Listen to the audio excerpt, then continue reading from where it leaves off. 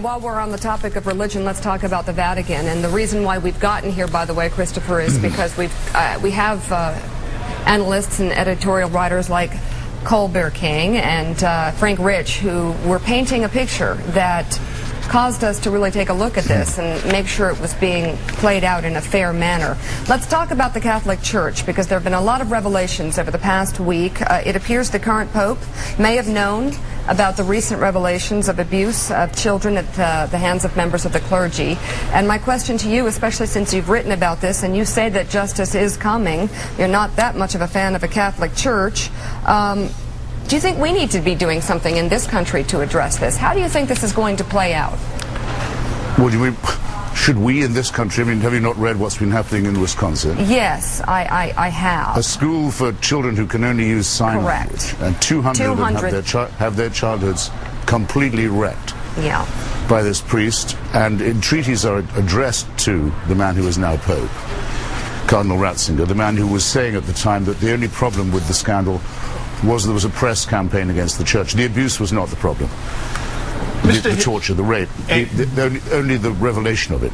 Christopher, was the problem. Nothing happens except that he forgives the priest who asks for forgiveness before he dies. Let me ask you, this is a scandal. Well, let me ask you about this. It is a scandal. Let me ask you, if you spend enough time in courtrooms in this country, invariably you see people charged on the edges of a crime with being an accessory, either before or after the fact.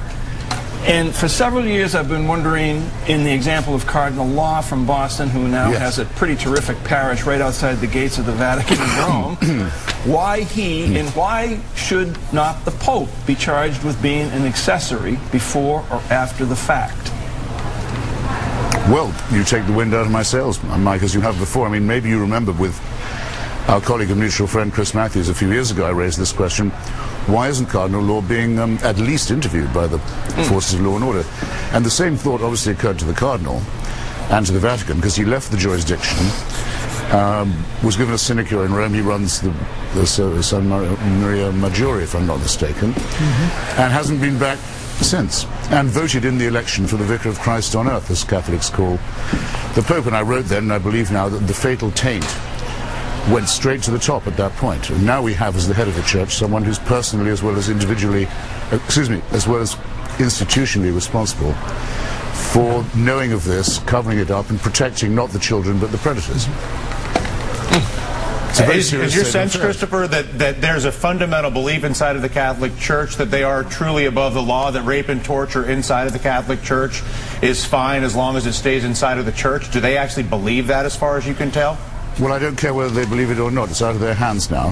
That we have to find there must somewhere be in this country a district attorney or a prosecutor who will stand up for the children first and will not do as so many civil authorities have and give the church a free pass. Every other country that's allowed that, Ireland, Australia, now Germany, has bitterly regretted it. And there's no way now of preventing this from going to where it's metastasized. That's to say, to the head of the church himself, who's also, might add, the head of a state. So there's a legal question under the International Criminal Court whether he can travel.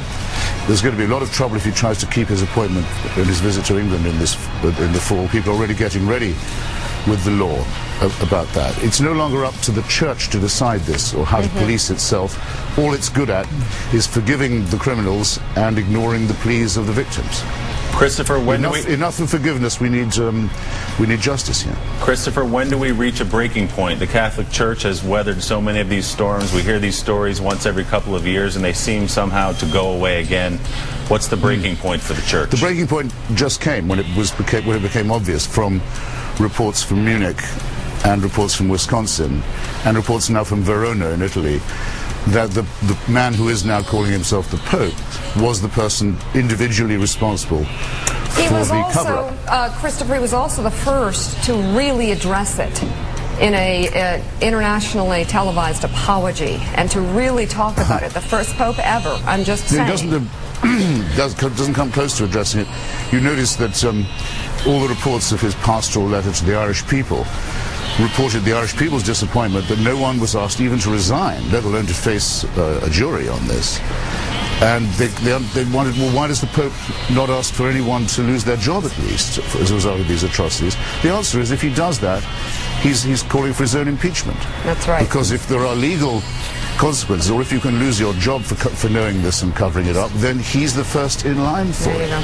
So it's not like the old slogans used to say, Vatican protects pedophiles. That was bad enough. All right, Christopher Or Hitchens. pederasts rather than pedophiles. It's now the Pope personally. So please, let's from now on act as if that's what the scandal is. Christopher Hitchens, thank you very much for being with us. Andrew Ross Sorkin, thank you as well.